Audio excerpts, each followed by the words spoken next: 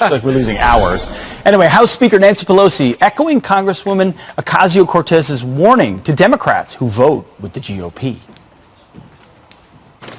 I think you should just vote against all motions to recommit. It's a procedural vote. It's a gotcha on the part of the opposition. Let's make life easy. Just vote against them. The warning coming after 26 so-called moderate Democrats voted with Republicans to alter a gun bill through what's called a motion to recommit. Is she taking names for future payback? Joining us to debate are Democratic strategist Jonathan Harris and Kevin Chavez. Thank you, gentlemen, both for joining us. Jonathan, I'll start with you. So these are closed-door meetings amongst all Democrats, and the leader and one of the youngest members, an avowed socialist, are saying, get in line, never vote with the other side. Is this the future of the Democrat Party, Jonathan? Well, I mean, I hope so. I mean, that's not necessarily as bad of a thing as it sounds like it is, right? For example, during the battle over the wall and the budget and the government shutdown, it was a united front that gave Nancy Pelosi and the Democrats a victory with that budget. They didn't crack, they didn't peel off, and it was actually some of the Republicans starting to peel off in their support of Trump that led up to Trump giving on that subject. So I think as long as having a united front isn't a bad thing at all. Kevin, I mean, what he's arguing for is playing as a team, but you see that I call her Comrade Cortez. She's got a whole new agenda. It's much further left than many on the Hill have been for Democrats. Is she driving the agenda for Democrats today? Well, she certainly has tremendous influence, which has been shown by the impact she's had in her short time in Congress. And I think for the most part, it's a good thing because she's talking about initiatives that there is a strong appetite for.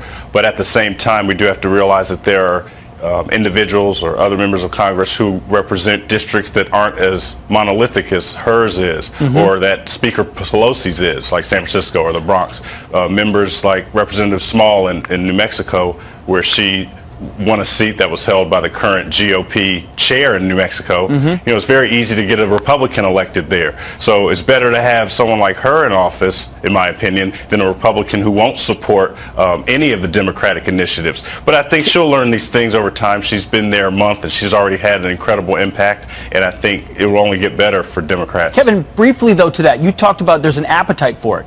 Well, there's an appetite in her district for those who voted for her. There's an appetite amongst the base. Are you concerned that if the Democrats follow that appetite, they're following a recipe that's not going to work with the general electorate, with the general public?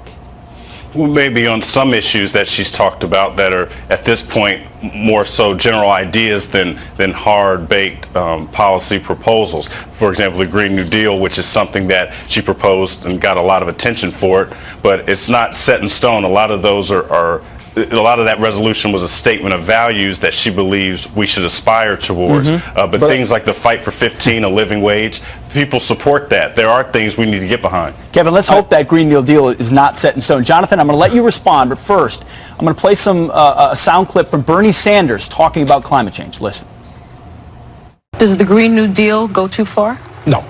You cannot go too far on the issue of climate change. The future of the planet is at stake. We have, according to the best scientists in the world, we have 12 years to begin substantially cutting carbon emissions before there will be irreparable damage. Jonathan, is he right? Can Democrats go too far on this issue? I always have a bit of an issue with Bernie Sanders giving the Democrats advice because he's not a Democrat. And I don't understand why he runs as a Democrat, because he isn't one. And he's been given opportunity after opportunity to switch, and he doesn't. Yes, you can go too far. If you don't see the forest for the trees, you'll man all this legislation, and then you won't get anything because the other party will win if you go too far. And I think that's one of the things that Nancy Pelosi is very good at, is finding a moderate. You don't hear her talking about impeaching Trump, for example. She finds kind of a middle of the road approach that bridges the more progressive parts of our party and the more establishment parts, and I think we need to go more in that direction. You're actually seeing Ocasio-Cortez and Pelosi working together when they've actually been kind of shading each other a lot. Her protesting in Pelosi's office and Pelosi calling the Green New Deal a green dream, but they're actually working together, and that's the direction to go. Bernie Sanders is absolutely wrong. You can absolutely go too far. Briefly, Jonathan says you can go too far. Sounds quite sensible. What do you think? Last word.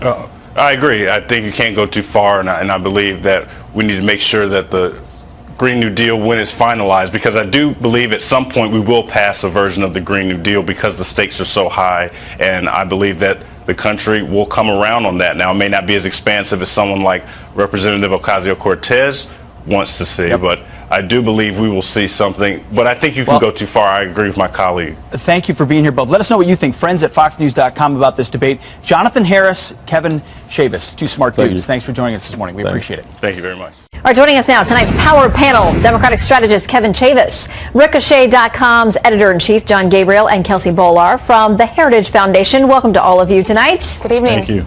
Okay, so a little bit more from the spokesperson for Speaker Nancy Pelosi saying this: the improprieties, the lack of transparency around them, they give the House legitimate legislative oversight and legal reasons to review the president's tax returns.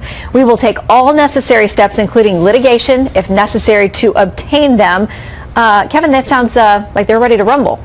They are, and frankly, this is something that should have been done as soon as Trump was sworn in. Honestly, there was reason to begin to question some of his financial dealings, some of his contacts with Russia, and some other improprieties. I think that Nancy Pelosi's spokesperson laid it out perfectly.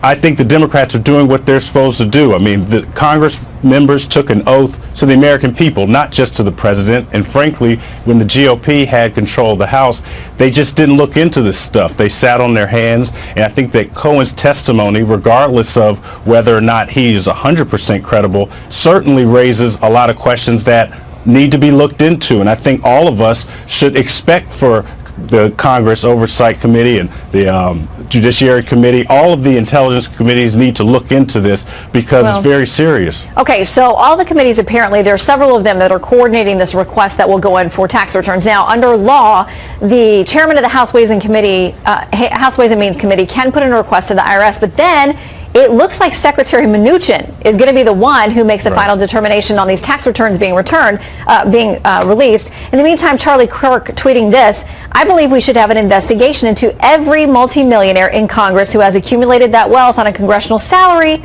using our tax dollars. John?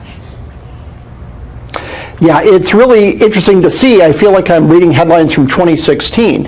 I think it would have been great if during the Republican primaries, Donald Trump had released his tax returns, but he didn't. The Republican voters didn't really care. Then the American people elected him president. So I'm not sure what Democrats think they're doing. Maybe they just wanted to go on a fishing expedition and hopefully find something that embarrasses him further.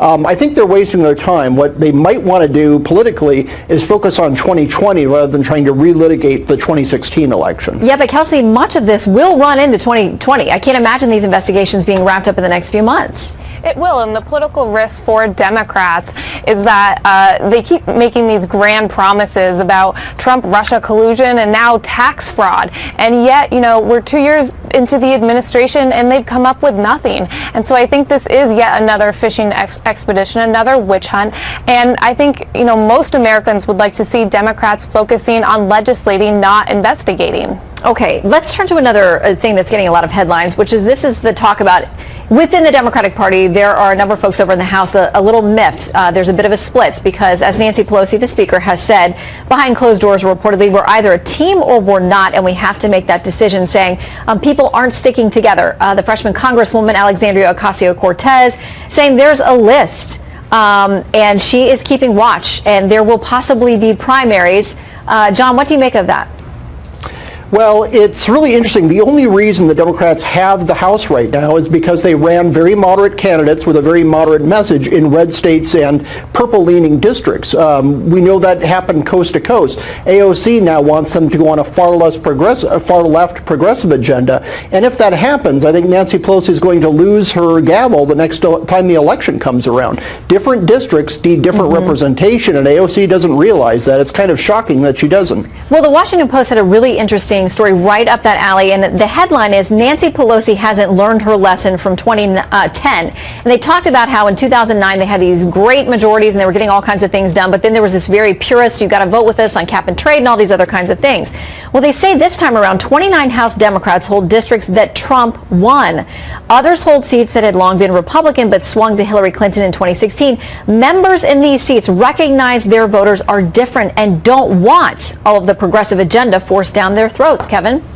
Well, I hear that narrative being pushed that Alexandria Ocasio-Cortez and other members of the Democrats are pushing things that the Americans don't want, but that's not true. Most Americans support things like universal background checks for gun purchases. Most Americans, even now, slightly over half, say they support some form of Medicare for all. But not once they find out, when you look at the polling numbers, when they find out taxes will go up or there will be a delay in getting tests or treatment, those kinds of things, it falls apart. When people are really told about what it would mean in reality, most Americans don't support abolishing ICE and other kinds of things that are on this list. I mean, in these particular districts, there's real worry, these swing districts, that Democrats that are trying to hold on to those seats are going to have a hard time convincing people who could go either way and that really are not far left or far right. And that is true, and I think that, Representative Ocasio-Cortez was really trying to light a fire under some members of her caucus. I mean, she's been in Congress a month and she's already been able to assume such a strong leadership position, and truthfully, a lot of the things that she's pushing, there is an appetite for. Well, but Kelsey, I know that there are some in leadership who are worried about how far she's pushing to the left, and they're worried about her challenge to them as well. I mean, it's a dual threat. I want to read a little something from a piece on AmericanThinker.com. They say Ocasio-Cortez's vow to be the bad cop against her fellow Democrats who are too moderate for her comes off as old socialist practices made new again, like Stalin's henchmen. She'll primary them out of office. After that, the real socialism begins. Kelsey?